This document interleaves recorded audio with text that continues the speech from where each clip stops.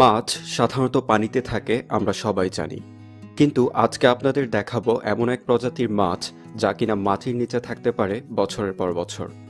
কি অবাক হচ্ছেন? তাহলে চলুন দেখে নিই। সম্প্রতি এই ভিডিওটি ফেসবুক সহ অন্যান্য সোশ্যাল মিডিয়াতে ছড়িয়ে পড়েছে।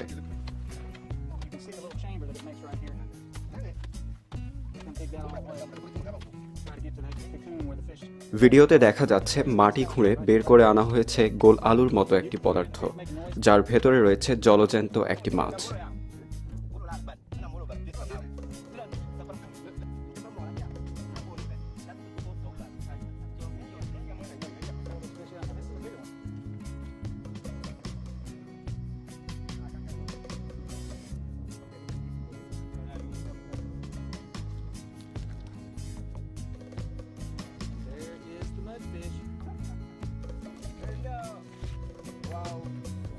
যে কেউ এরকম মাছ দেখে অবাক হওয়াটাই স্বাভাবিক।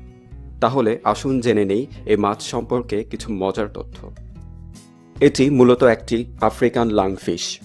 এরা দেখতে অনেকটা লম্বা বান মাছের মতো, যার সুতার মতো দেখতে বক্ষ এবং শ্রোণী পাখনা রয়েছে। এই পাখনার সাহায্যে এরা সাঁতার কাটতে পারে এবং হামাগুড়িও দিতে পারে।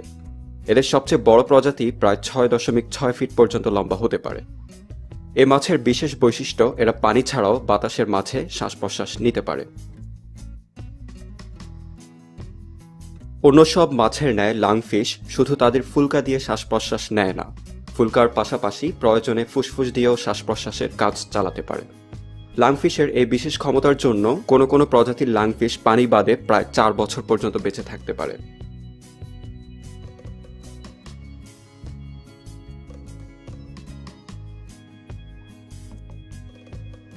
শুষ্ক মৌসুমে লাংফিশ পুকুর বা নদীর তলের মাটিতে গর্ত করে থাকে।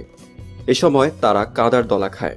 সেই কাদার দলা তাদের পরিপাকতন্ত্র হয়ে তাদের দেহ থেকে বেরিয়ে আসলে তা দিয়ে মিউকাসের মতো একটি পাতলা স্তর তৈরি করে। এই স্তরের কারণে মাটি খুঁড়ে বের করার সময় দেখতে অনেকটা গোল আলুর মতো দেখা গিয়েছিল। শক্তি বাঁচাতে বিপাকক্রিয়া ধীর গতির করে ফেলে লাংফিশ। এভাবে কোনো কোনো লাংফিশ কয়েক মাস থেকে শুরু করে কয়েক বছর পর্যন্ত বেঁচে থাকতে পারে।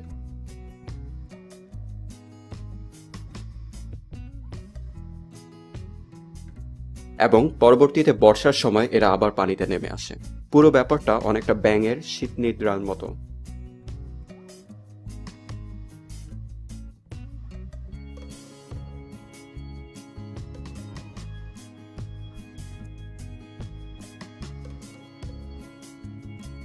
আশা করি ভিডিওটি থেকে আপনারা নতুন কিছু তথ্য জানতে পেরেছেন। ভিডিওটি ভালো লাগলে অবশ্যই লাইক এবং শেয়ার করবেন। আর এরকম মজার সব তথ্যবহুল ভিডিও পেতে এখনই সাবস্ক্রাইব করে নিন আমাদের ইউটিউব চ্যানেলটি। ধন্যবাদ সবাইকে।